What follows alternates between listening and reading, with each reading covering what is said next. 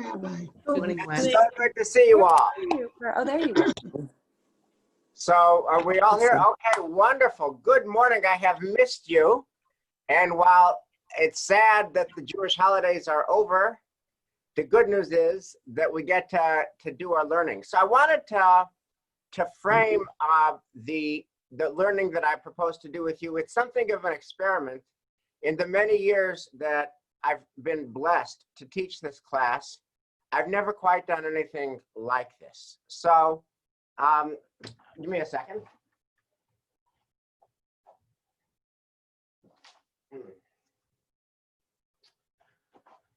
We live obviously in unprecedented times, as you all know, and as you all experience and as you all feel.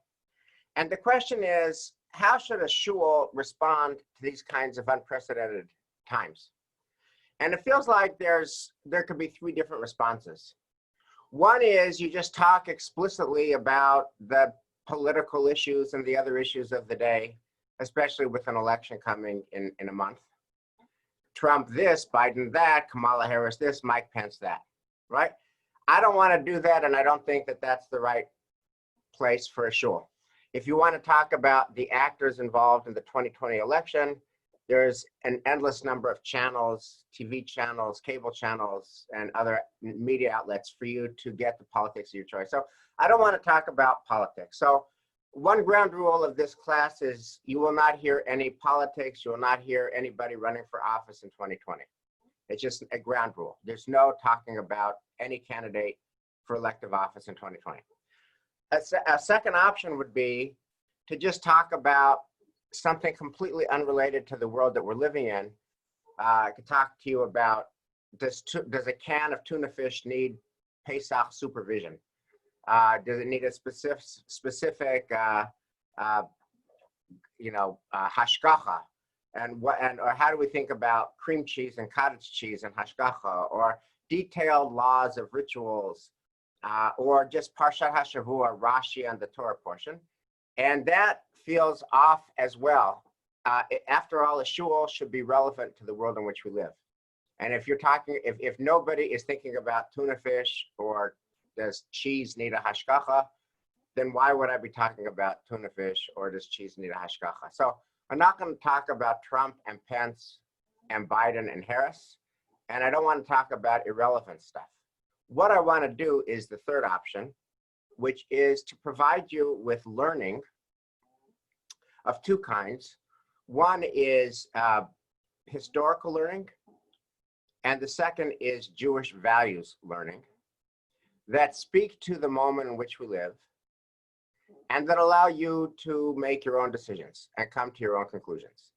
So what we're going to be doing is directly and dramatically relevant to the world in which we live.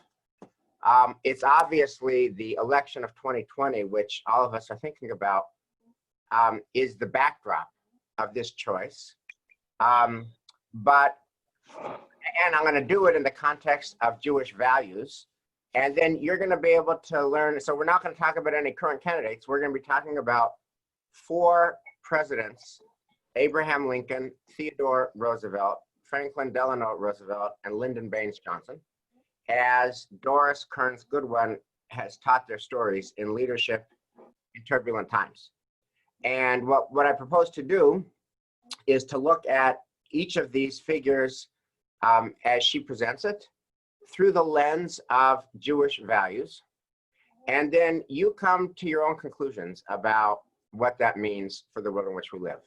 So we're not talking about Trump and Pence or Biden and Harris, and we're not talking about rituals or Rashi on the Torah portion.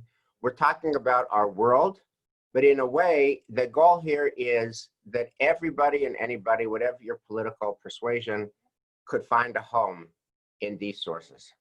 And I just want to give you I mean, I was a rabbinical student many years ago, but I remember a story from 1995 that's the single most impactful story that happened to me in my rabbinical school years.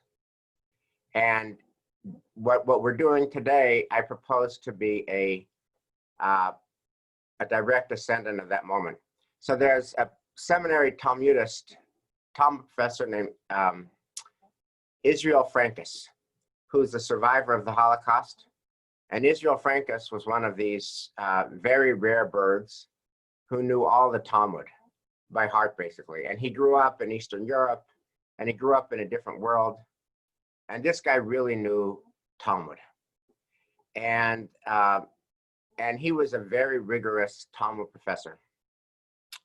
And in 1995, in March, I believe, of 1995, he went to Pittsburgh to visit his children and grandchildren. And he was in a little bubble of nachas with his children and grandchildren. And that was back in the days when grandparents could fly to see their grandchildren. That was back in the days when people could get on flights, period. And he had a nice weekend, and then he flew back to the seminary Monday morning for Talmud, which is the class that I had him for. And that weekend, bus number 18 was exploded in the wake of the Oslo Accords by a Palestinian homicide bomber. And everybody on that bus was murdered. And one of the people on that bus was a young couple, Sarah Duker, who was from Teaneck, New Jersey. Her mother was a member of our shul when I was in rabbinical school. And Matthew Eisenfeld, who was his star pupil, a great Talmudist who was studying in Israel for the year. And they were on bus number 18, and it was exploded. And they both died. And on the way to the seminary, he hadn't heard about this all weekend because he was in his little grandchild bubble. Reading the New York Daily News in the cab, he learns about the explosion of bus 18, and he learns that his prize student died, and this young man's girlfriend. And then he comes upstairs to our class. And many of us in that class knew Matt Eisenfeld, and we wanted to talk about bus 18 and terrorism and where was God and how could this happen. And what he did, he was absolutely weeping. What he did was he insisted we were studying chapter 8 of the tractate Ketubot, and we just studied the Gemara. And what I took away from that was that in times of crisis and tumult, a very deep Jewish response is to learn. So that's what we're going to do. In times of leadership and tumult, a very deep Jewish response is to learn. So by the way, I think there were some questions. So I'm actually doing 2 books in response to this. One is Leadership in Turbulent Times. That's the one that I sent you, the material about. And that's what we're going to be doing every Tuesday, unless you tell me you don't like it. And I'm always eager to hear feedback. And if you think it doesn't work, I can go back to teaching other stuff. But I thought we would try it because this is such a fraught season. And the other book that I'm doing independently is by Jonathan Sachs, Morality, Restoring the Common Good in Divided Times. And that we're doing as part of Temple Emmanuel Reads, TE Reads. And the first class for that is next Tuesday night, October the 20th at 8 o'clock. And we'll be doing this about every 4 to 5 to 6 weeks. We'll be doing a chunk of Jonathan Sachs. He speaks to our broken world and he talks about morality. He talks about moving from a me-oriented world to a we-oriented world. So those are the 2 books. This is once a month or so, beginning next Tuesday night. And then this is what we're doing now. Before I talk a little bit about Jewish values, and then we'll get into Abraham Lincoln and those. How many of you have read at least the Lincoln chapter in the Doris Kearns Goodwin book? Fabulous. Okay. So before I do that, in a minute, I want to talk about Jewish values. But let me just first see if there are any questions, thoughts, or comments. Then we'll get into the Jewish values overstructure, or infrastructure, and then we'll get into Lincoln. So thoughts, comments, and questions. If anybody has any, just make sure you unmute, and then I can hear you, and we'll go. David Kopelman, you've got to unmute. Yes. I did. Yeah. Thank you. The one thing that stood out from the Lincoln in particular was his sense of empathy, how he admonished his peers not to put hot coals on the backs of turtles. He shot a wild turkey when he was 8, never killed another animal. Yes. He picked up that frozen drunk and warmed him up. He rescued a pig trapped in mud. And this sense of empathy led him to believe that if slavery is not wrong, then nothing is wrong. Right. It was that sense of empathy that I got out of that chapter. And I think that's a Jewish value, in the sense I think Jews tend to, having been subject to persecution, tend to be empathetic towards others. Yeah. Like the 60s and the civil rights, a lot of Jews marched. Okay, David. Goodman gave up a lot. Anyway, that's it. That's what I got. Great. So thank you. I love that, and we'll take a look at that passage. I want to, before we just jump into the Lincoln thing, I wanted to start with an overlay of the Jewish values. So I emailed you something that you should all have, because it was in Maddie's email. I did a reply all, and what I provided you was what's called the 6th chapter of Pirkei Avot. It's actually not, Pirkei Avot actually only has 5 chapters, so it's actually not part of Pirkei Avot, but it's treated as if it is. It's specifically Kinyan Torah. It's the Kinyan Torah of the Baraita of Rabbi Meir.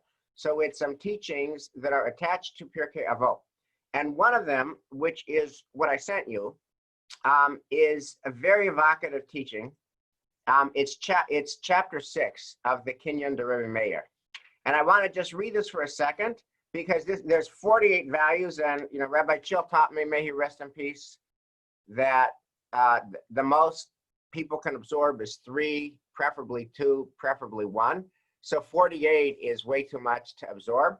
But I want to read this for you, because we'll be coming back to this as we bounce back and forth, toggle between the Kinyan, the Rebbe Meir, and Doris Kearns Goodwin.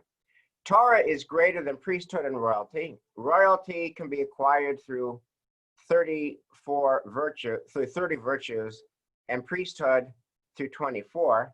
By the way, I don't actually think that's true. You only get to be a king if you're born to a dynastic pedigree, right? The way you get to be a king is, your dad was a king.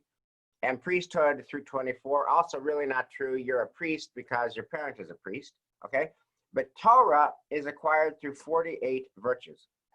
In other words, unlike kings who are born to it, and unlike priests who are born to it, anybody, like, think about Rabbi Akiva, who doesn't know Hebrew. He's 40 years old, he doesn't know Hebrew. Anybody can become a great scholar if you have these 48 virtues.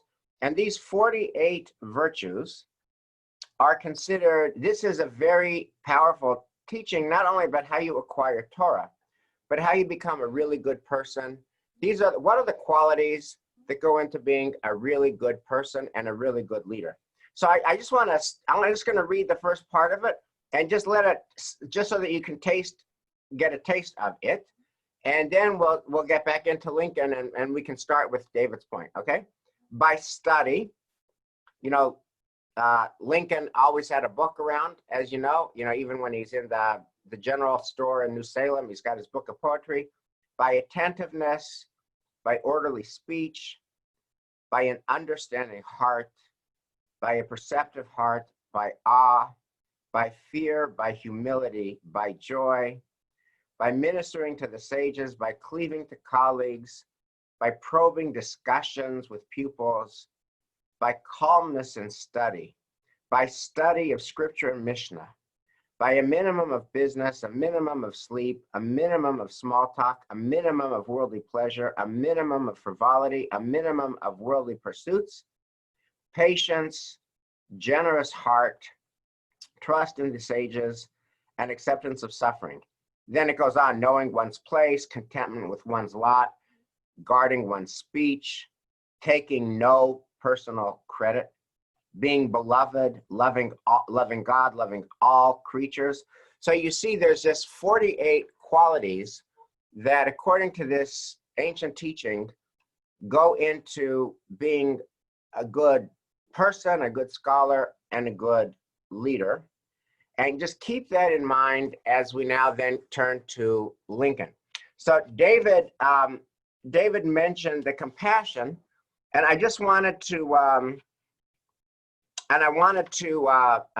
pause on that, because that is just so important. That the one essential for a leader and one essential for a person of Torah, is a generous heart and a probing, an understanding heart, a generous heart, an understanding heart. So listen to this about Lincoln. And do you have the book, David? Do you want to read it? It's on page 7, the last paragraph on page 7, and the first 8 lines of page 8. Because this, I think, is a very important passage. These attitudes, yeah. Last paragraph. The last paragraph on page 7. Yeah, these attitudes were not merely moral postures. The young boy possessed a profound sense of empathy, the ability to put himself in the place of others, to imagine their situations and identify with their feelings. One winter night, a friend remembered he and Abraham were walking home and they saw something lying in a mud hole. It was a man. He was dead drunk and nearly frozen. Abe picked him up and carried him all the way to his cousin's house, where he built a fire to warm him up. On another occasion, when Lincoln was walking with a group of friends, he passed a pig caught in a stretch of boggy ground. The group continued on for half a mile when Lincoln suddenly stopped. He insisted on turning back to rescue the pig. He couldn't bear the pain he felt in his own mind when he thought of the pig. Right. So let's just pause there. That kind of compassion, the previous paragraph talks about, he grows up in a very rural part of Kentucky, and there's a lot of wild animals there. And right before David read, he shoots a wild turkey with his dad's rifle when he's 8 years old, and he felt so terrible about killing a wild turkey that he never pulls a trigger on any gun on any game again. So thoughts and comments about that. In other words, that the bedrock of Lincoln was, in the language of Rabbi Meir's Baraita, an understanding heart and a generous heart. Empathy. Thoughts, comments, questions about that? Anyone? Just look at my other galleries here. Anyone else have any comments about the importance of empathy? What is it, in some ways that seems to be obvious, what is it that gets in the way of empathy? I mean, why isn't that a no-brainer? Obviously, you would want empathy in a leader. It almost seems so obvious who needs to say it. What gets in the way of empathy? Bruce? And if you can unmute, please. I think background and upbringing, because if you go to page 38 in the Roosevelt chapter, Yes. The first paragraph describes what the author describes as Roosevelt's developing sense of empathy. Right. Looking at a family in a tenement that made cigar wrappers or something. Right. His background was very different than Lincoln's, and it had to be learned. Now, some people can learn it, some people cannot. Right. So I thought empathy was a very important point for both of them. I have one other idea, but I'll wait for later. Yeah. Okay. Yeah. I mean, the story that Bruce alludes to on page 37 and 38 of Theodore Roosevelt, he's a young assemblyman in New York, and somebody reaches out to him to prohibit making cigars in tenements. And he says, nonsense, it's personal property. We're a capitalist society. You can do with your property what you want to do with your property. And they said, well, you just come and check out one tenement, like what does it actually look like? And then when he sees it, after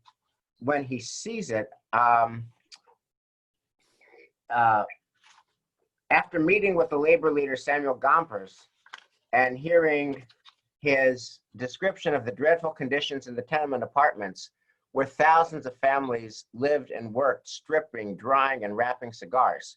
He agreed to make a personal inspection. Roosevelt was so stunned by what he found that he made a turnabout and agreed to become the Bill's champion. 30 years later, he would still remember one noxious tenement in which 5 adults and several children, all Bohemian immigrants who could barely speak English, were enclosed in a single room, compelled to work 16 hours a day, with tobacco crammed in every corner, next to the bedding, mixed in with food. The investigation persuaded him beyond a shadow of a doubt that to permit the manufacture of cigars in tenement houses was an evil thing from every standpoint, social, industrial, and hygienic. So it's, Bruce, thank you for that, because, Lincoln's empathy is just intuitive. He grows up in a world where people shoot guns and kill game and hunt, and that's part of the wild rural area he grew up in, but it's not for him, and he cares about the suffering, of a wild pig, and walks back to get that. Lincoln, that's Lincoln. Teddy Roosevelt has to learn it, as you say. And what do you take away from that contrast, Bruce, that can help us be more compassionate? Do you see in either model, Lincoln's intuitive model of compassion or Teddy Roosevelt's learned model of compassion, do you see any lessons for us? I think one of the critical points that I've spent a lot of time is, can leadership be taught or is it ingrained and learned? And I think these two stories show that both are possible and leadership can be learned. The one who makes that great point is Ron Heifetz. Right. Now, it does seem that just to draw out one of the lesson of the Teddy Roosevelt empathy is he leaves the world that he knows. And which is a world of privilege, where his dad gets him a personal trainer before personal trainers are a thing, and books that they're ready whenever he wants a book, etc. And he goes to this tenement to see the noxious conditions. And it does feel like in the world that we live in today, and I'm just speaking very personally, I mean, I never get out of my little 02458 bubble unless it's to go to 02459. And there's like a whole world out there that I don't get. And I think, we are such a diverse country that what Teddy did to enter a new world, to see it from somebody else's point of view, is really needed if we're going to really create some empathy for people that we don't know. Fran Feldman. Yeah, I was going to just add that it does make you look outside yourself and to see yourself, put yourself in someone else's shoes. And Yeah. often it's very uncomfortable and very difficult, because you have to look upon people who don't have, maybe aren't the same as you. They're very different. They have different backgrounds, different upbringing. And you have to be willing to take risks when you go out on a limb for other people. And, turning back from a walk, whatever it might, to pick up this turtle or this pig, whatever, that Lincoln did, is something where he's going outside of himself, going against his own path and going down a different path that he never expected to go down. It's what's challenging and what's exciting, but it's also what is discomforting and difficult for a lot of people. Yes. Judy Taub. You had asked before what interferes with people developing that sense of empathy. And I think that people have to have a strong sense of their own selves before they can really empathize and have compassion for others. And if people are emotionally needy and have not felt that strong sense of self, then they really can't extend themselves beyond themselves. So it takes somebody being in a strong core in order to do that. What's interesting, and this is going to be to that point, Judy, about strength and core, and this is a fascinating thread that weaves through the entire four presidents is depression. And all four of them struggle with depression. I mean, Lincoln's famous for his melancholy. So it's an interesting question about, can somebody who's depressed be empathetic towards others? Can somebody who's melancholic, have compassion for others? Do you really have to be on your own A game to muster sympathy? And all four of these presidents struggle with depression, and yet also they seem to be able to muster empathy. So I want to just marinate and hold that tension, that it's always good to be strong, and yet a lot of these four are always struggling with their inner demons, and yet they're able to connect with other people's inner demons. Linda Leffert, your hand, and then Andrea. I think actually that unless someone is so depressed that they can function, I think that they would be more likely to be empathetic to other people because they know what it can feel like. They've had the experience of feeling, feeling some of those same things, and so maybe they didn't have an opportunity to help. Maybe they did or they didn't. But I would think that it's more unusual to find it in someone like Teddy Roosevelt, for example, than to find it in Lincoln. And I mean, he was extraordinary. He was in extreme, in a good way, in many ways. But I think it's more unusual for someone who's never really felt that way, never really had to feel that way, and yet has the capacity to be empathetic to people. Or, the pig in the mud is obviously an extreme, most people wouldn't do that. But there's many levels, not quite at that point, that still come up. Right. That you have to deal with, or unless you just want to just ignore it. Yeah. By the way, the pig in the mud has a ready analogy in Jewish sources, which is, the rabbis ask why God picked Moses to be God's shepherd. And the answer is, Moses was a shepherd of his father-in-law Yitro's sheep. And according to the Midrash, one of the sheep goes lost. And Moses so cares about that one sheep that he went out of his way to find that one sheep and bring the sheep back. And God says, if this man cares that much for one stray sheep, he's going to be the right shepherd for my people. So that's kind of a constant strain. Andrea, your hand was up next. Yes. Back on the subject of the wild pig, I suddenly found myself while I'm listening to people, connecting it with how Lincoln's father, when he came back with his second wife, she felt like the kids were living like animals. Right.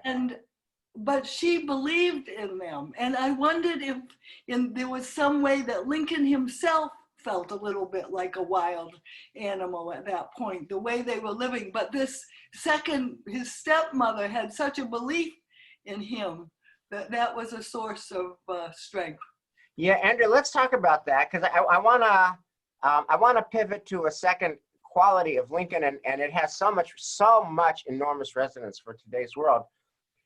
You talked about his poverty, and when his mother died, the stepmother saying, this is on page 4, she found the children living like animals, wild, ragged, and dirty. She was stunned to find that the floorless cabin lacked even a door. And then Lincoln himself, this is just so simple and to the point. When asked later to shed light on his beginnings, Lincoln claimed his story could be condensed into a single sentence: the short and simple annals of the poor. And that his poverty was just so striking. And again, the contrast with Teddy Roosevelt is so glaring, that when, Lincoln, when he was 9 years old, his formal education ended because he had to help his dad Thomas, around the farm. And so he was a total autodidact from the age of 9 and above, in a world where he had no books. Where Teddy Roosevelt wanted a book on any subject, his father would get him a book and a tutor and a library on any subject. And famously, Lincoln, walks miles and miles to get the one book on grammar that is found in rural Kentucky, and he masters the book on grammar. Here's my question, which is, how should we think about that? The word that comes up, that bumps up against, and this is so topical and so current and so urgent, is privilege.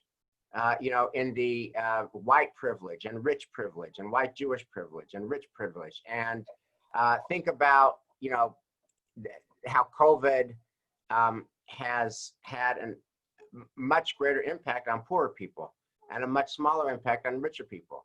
And the parents who can afford to have their kids in pods and hire private tutors and private teachers and pods, right? Their education. So we usually think about zip code, and if you have a zip code, then you're much more likely to have a successful trajectory. And if you live in a bad zip code with challenged family structures, and you don't have internet and you don't have computer, then you're basically much more challenged and much less likely to succeed. And yet Lincoln seems to be the extreme case.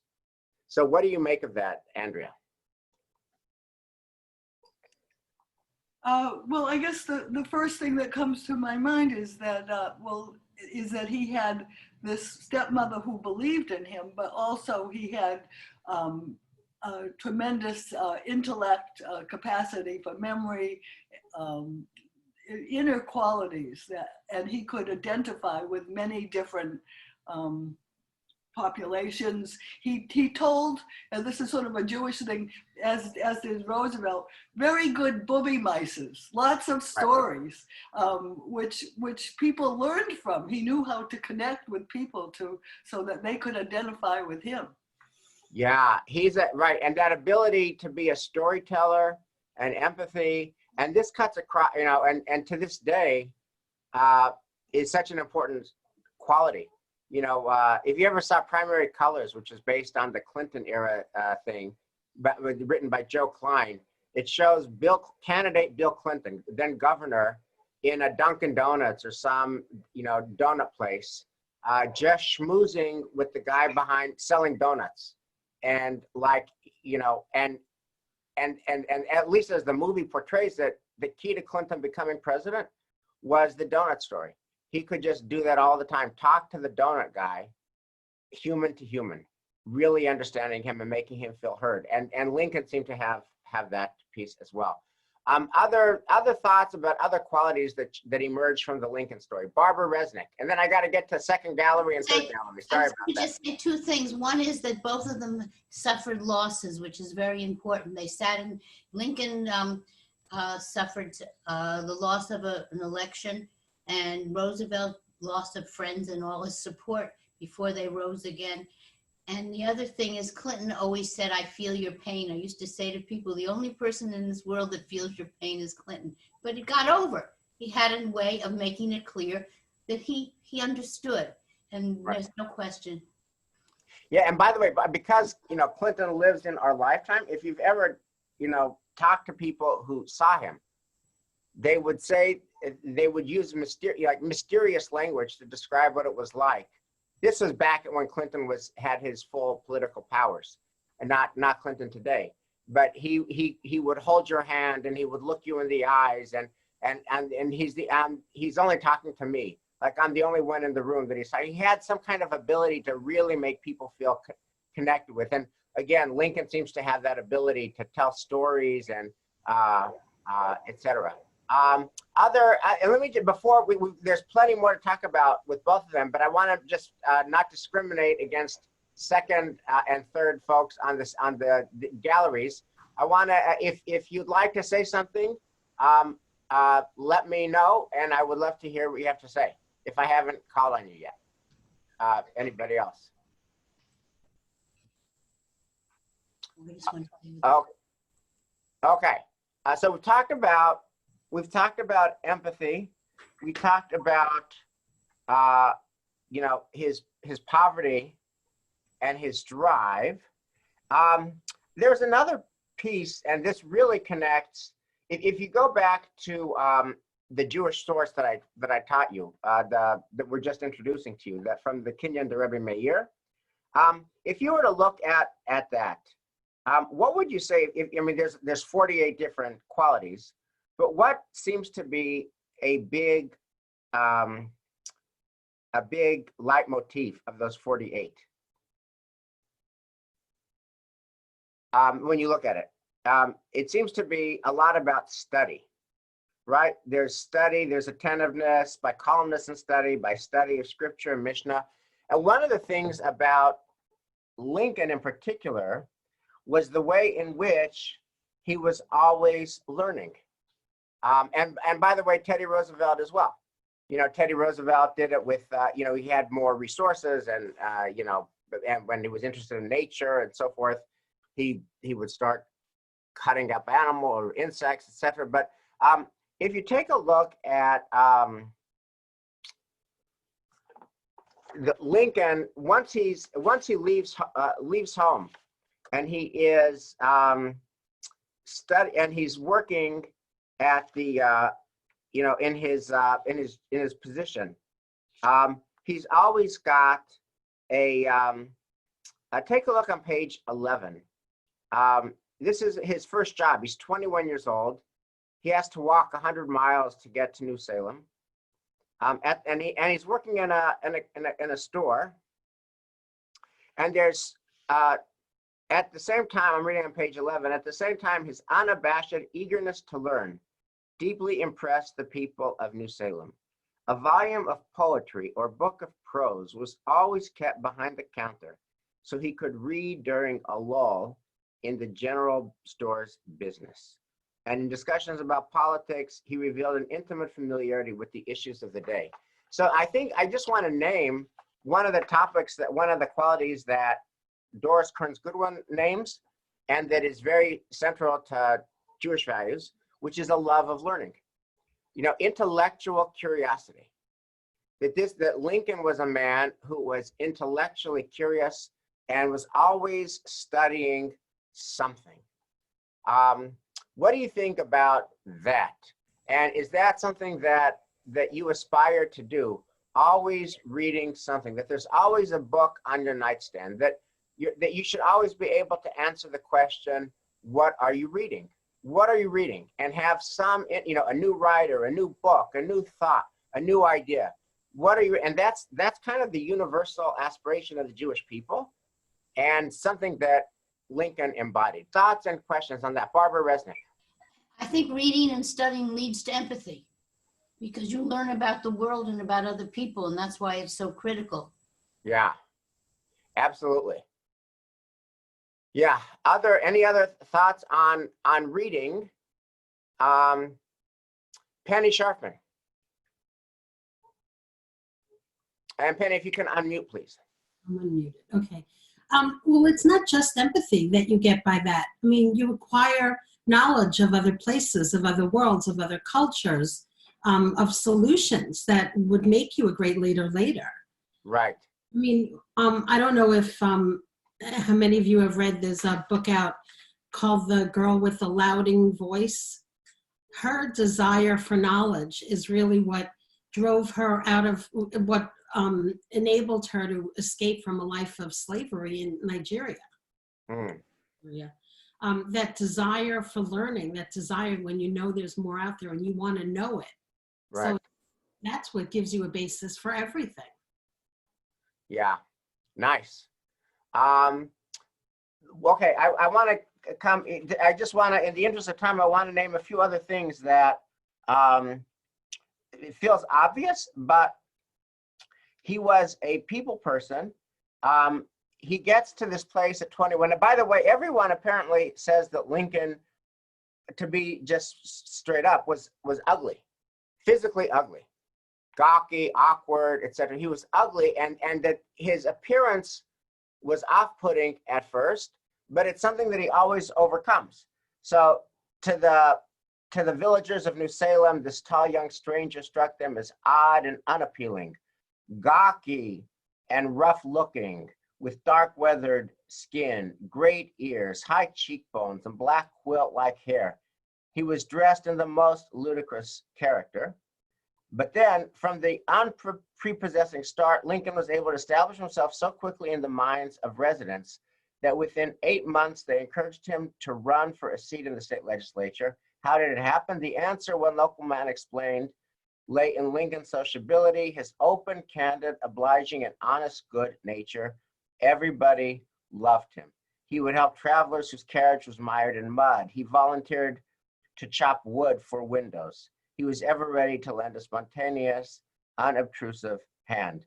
Almost anyone who had contact with him in the little community spoke of his kindness, generosity, intelligence, humor, humility, and his striking original character. So I just want to name that as well, that there's no substitute for decency. And it just strikes me as such a helpful corrective to the world in which we live, that this is a man who is able to overcome poverty and physical unattractiveness by virtue of his Menschlichkeit. Fran, and then any other comments? Yes. You know, especially when we look at today and what we're all undergoing right now, all 4 presidents actually had amazing resilience. Knowing how to deal with hardship, dealing with difficulties. With Roosevelt, it was the death of his mother and his wife in the same day. With Lincoln, it was many hardships, obviously, as we read. Certainly, Franklin Roosevelt had to deal with his polio, and Lyndon Johnson also had a rather difficult upbringing, and I think a dysfunctional family in many ways. When you get to that part, you'll see how he related to his mother. But each one of them, I think, certainly showed a great amount of flexibility in being able to deal with things and being able to find solutions in difficult situations. And it's exactly what we're faced with today. Each one of them also was very much a people person. And if we can get back to books a little bit, it's very interesting to note about Theodore Roosevelt, who always had a book in his hand, that even though he only lived to 60, he was 60 years old when he died, he had written 40 books by that time and any number of pamphlets. So he was writing as well as reading. Quite an accomplished person, actually. And a man of action, no question about that. Yeah, so why do you suppose that when you read all 4 profiles, learning and intellectual curiosity are so important, defining qualities? Why did learning and intellectual curiosity fall into disuse in our time? I mean, it's self-evidently the case that learning and intellectual curiosity are not highly prized today. If anything, learning and intellectual curiosity have bad PR. It's an elite, East Ivy League thing, right? What happened to, all of these 4 presidents were very into learning in different ways. FDR liked to hear more than read, and more conversation and a briefing, but they were all open to learning. Why did learning fall into disrepair and disrepute in our time? How did that happen? Any ideas? Gail, you're on mute. Did it come off? Yeah, now I can hear you. So one of the things that I think all 4 of these gentlemen exhibited, and remarkably so, they were always able to admit from their learning errors and mistakes. I think that is something that is inherent to each of them and not present in politics now. Our leaders cannot admit they are wrong on any front. And the intellectualism has certainly played a role in that. Yeah, I mean, Gail, thank you for that. This was just so striking. Like, when I read this, it felt like it came from a different world. In his first foray into politics, Lincoln also pledged that if his opinions on any subject turned out to be erroneous, he stood ready to renounce them. With this commitment, Lincoln revealed early on a quality that would characterize his leadership for the rest of his life, a willingness to acknowledge errors and learn from his mistakes. And I guess I want to ask a related question. So thank you for deepening the, making the soup even thicker, the plot even thicker. Both learning has seemed to fall into disuse and disrepair, and the ability to acknowledge my mistake. I was wrong. I misspoke. I was wrong. Has fallen into disrepair. And why is that? Would love your thoughts on that. But you can't read these stories of people who are learners and admit they're wrong. Weakness. So Paul, we'll hear you. Your hand is up. Oh, unmute. I am. I sort of disagree with your basic premise. I don't believe that learning has fallen into disrepute. In the middle, let's just talk about Lincoln. The only way to communicate then was by speech or the newspapers, person to person or by the newspapers. So one had to read and communicate. What has happened in contemporary times is we have social media, which gives instantaneous contact, and it goes around the world in 32 seconds. So that people have learned that they have to respond in a rapid way to what the other person has said. And I feel that it's the social media, one of the factors is social media creating a situation where people have to respond in an unlearned way. They have to respond instantly. They have to respond before they know the facts. So, yeah, that's very helpful insight, Paul. Right? You have to respond instantaneously and quickly in whatever number of characters you're permitted, and quickly, and all of that counsels against study, thoughtfulness, thoroughness, slowness, deliberateness.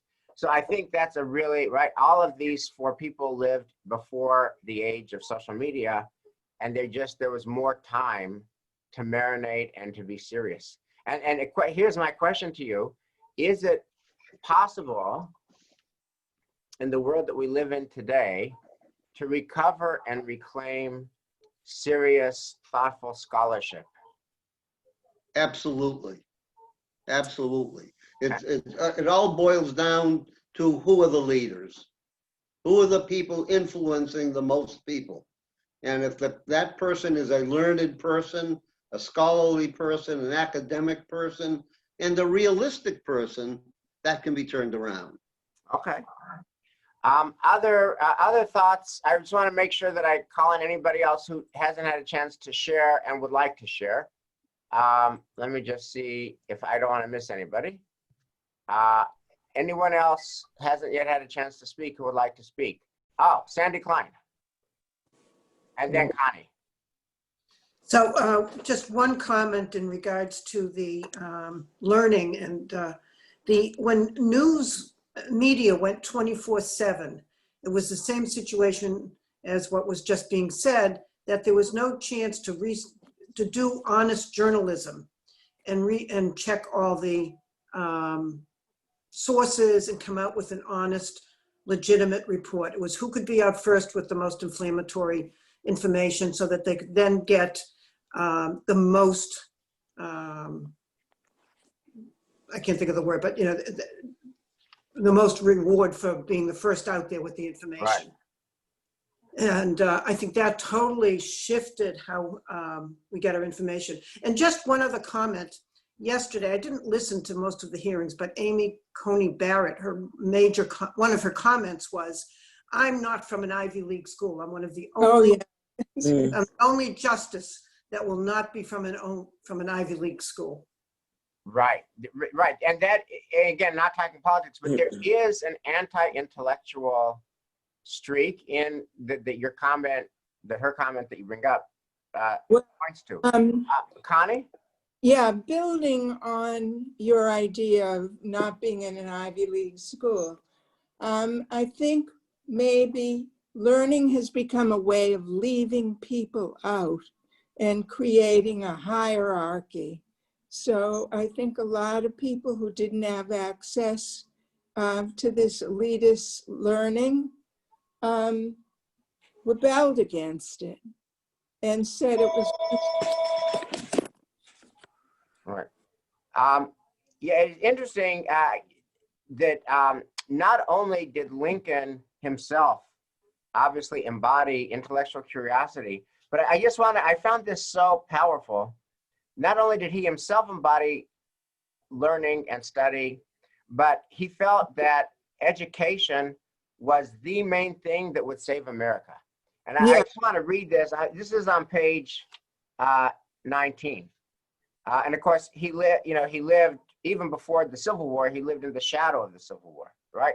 So he opened his address with the warning that something of ill omen was developing among the people, a tendency to substitute violence, murder, and lynching for the rule of law, the courts, and the Constitution. He said, if this mob-like spirit continued to spread, Lincoln cautioned, the good men who love tranquility, would become alienated from a government too weak to protect them. The country would then be vulnerable to the imposition of order from above. Then he writes, such men of towering egos, in whom ambition is divorced from the people's best interest, were not men to lead a democracy, they were despots. And he's writing this, in the 1830s. And then, so what does he say? Why is education so central? Because, as he said then, every citizen must be able to read history to appreciate the value of our free institutions. And reading about the revolution, the making of the Constitution, was more urgent, for time had passed and remembered scenes of the revolution were fading. Indeed, Lincoln declared that the story of America's birth should be read of and recounted so long as the Bible shall be read. And that only if we read and knew our history and knew the story would we be able to keep the institutions of freedom vital. So it's not only that he himself valued learning, but he valued everybody learning as the key to a healthy democracy. Let me just pivot for a second. I mean, Lincoln cast such a big shadow. What were some of your takeaways from the Teddy Roosevelt chapter? I know Fran already, shared them, but let me just open that question. As you read the Theodore Roosevelt chapter, what kind of jumped out at you? Anything? Anybody? Sandy? There was an interesting contrast between the two. Lincoln, when he got into politics, he studied, he sat back, he watched, he listened, he studied the whole process. Right.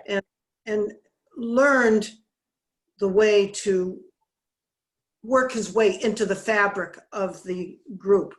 Whereas Theodore came in headstrong, he knew it from the beginning, he knew, and he alienated people as a result of his headstrongness and not being able to listen and see how things worked.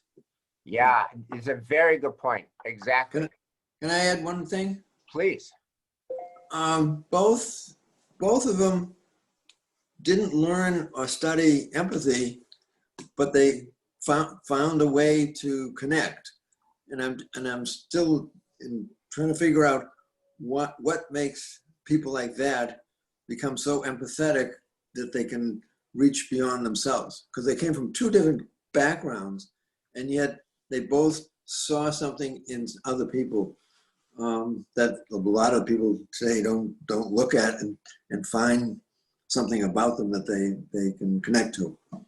Well, one of the things, I mean, we've talked about how Lincoln overcame poverty and lack of formal education after 9, et cetera, the death of his mother at a young age.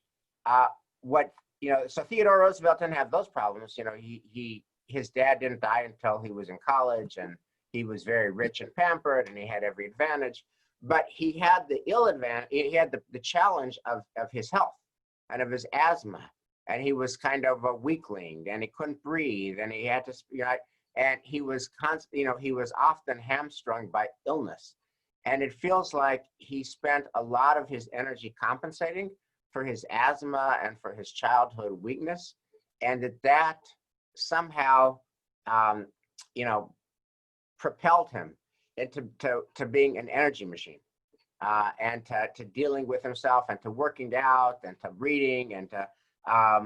So I think it's a case where the challenges that we face and that we have to overcome often propel us. And that was the case for Teddy Roosevelt. Susan, you have to unmute, please. Are we on? Yes, now you're on. Okay. Your original question, I think, about what stands in the way of these qualities, I think that ego is a problem. And when the ego blocks your ability to listen to and learn from other people or from books or whatever, you have a problem with compassion and understanding.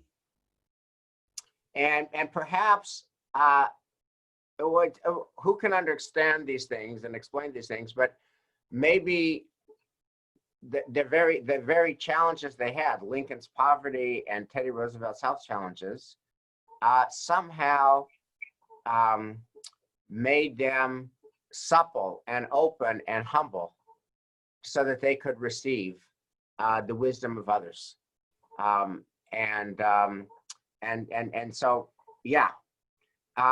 So here is my question for you. We have two very different models.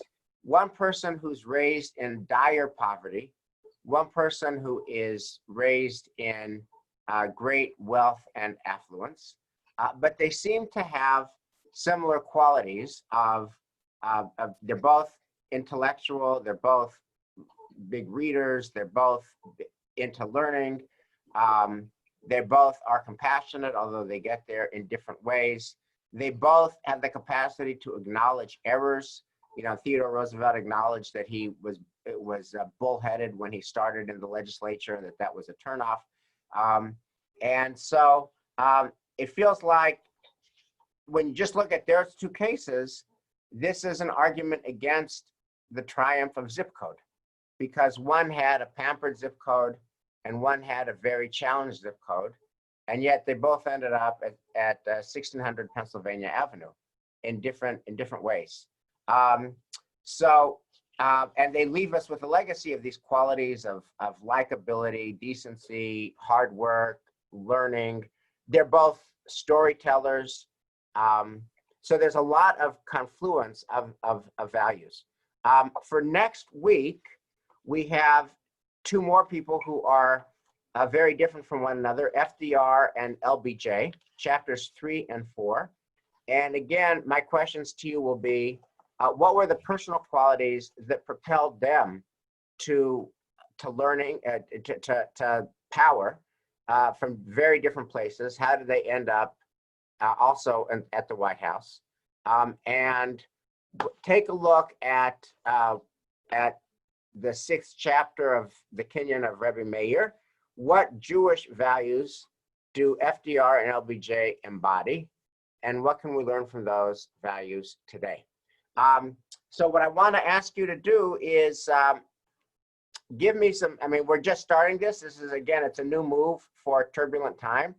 And I'd be interested in hearing from you if you think this is helpful. Is this study helpful to you as you try to understand the world that we are living in now? The claim of Judaism is that study and learning is just always a helpful move to understanding our world. And do you find, in a season of challenged politics, reading this and discussing it, do you find that helpful as we understand our world now today?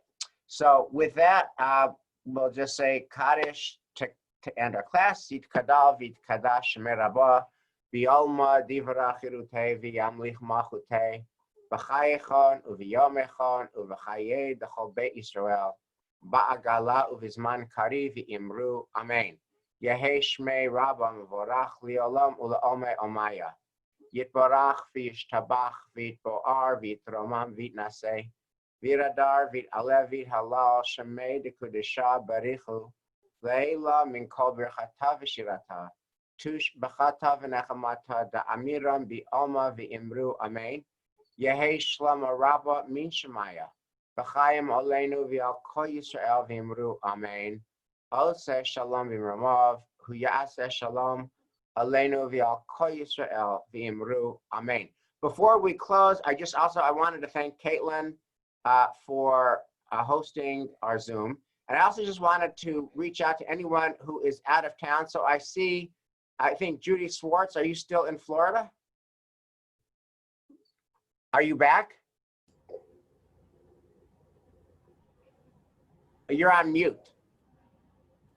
But anyway, welcome, Judy. It's good to see you. And Alice, it's so good to see you. I believe you're in Washington, D.C.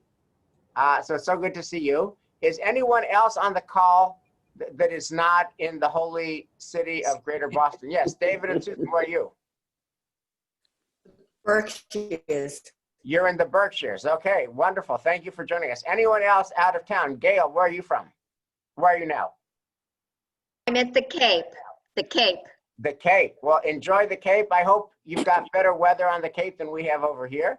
Anyone else not in Greater Boston? Yes, Barbara and Zelig. I'm sorry? Barbara and Zelig. Okay. That's Blankstein in Vermont. Oh, well, enjoy Vermont. Who else is not here? Well, for all of you from Vermont, the Cape, the Berkshires, DC, Florida, lots of love, and it's great to be together in one class, and we'll see you next Tuesday at 9:30. And by the way, for no extra charge, if you have some time, get the book Morality by Jonathan Sachs and join us for our T.E. Reads class. We're going to be doing the first 3 chapters, and I'm telling you, he nails it. He nails what is wrong with our world today. And it's again, if study is a helpful response, you can't beat Jonathan Sachs. See you next Tuesday, guys. Thank you. Thank you. Thank you, Rabbi.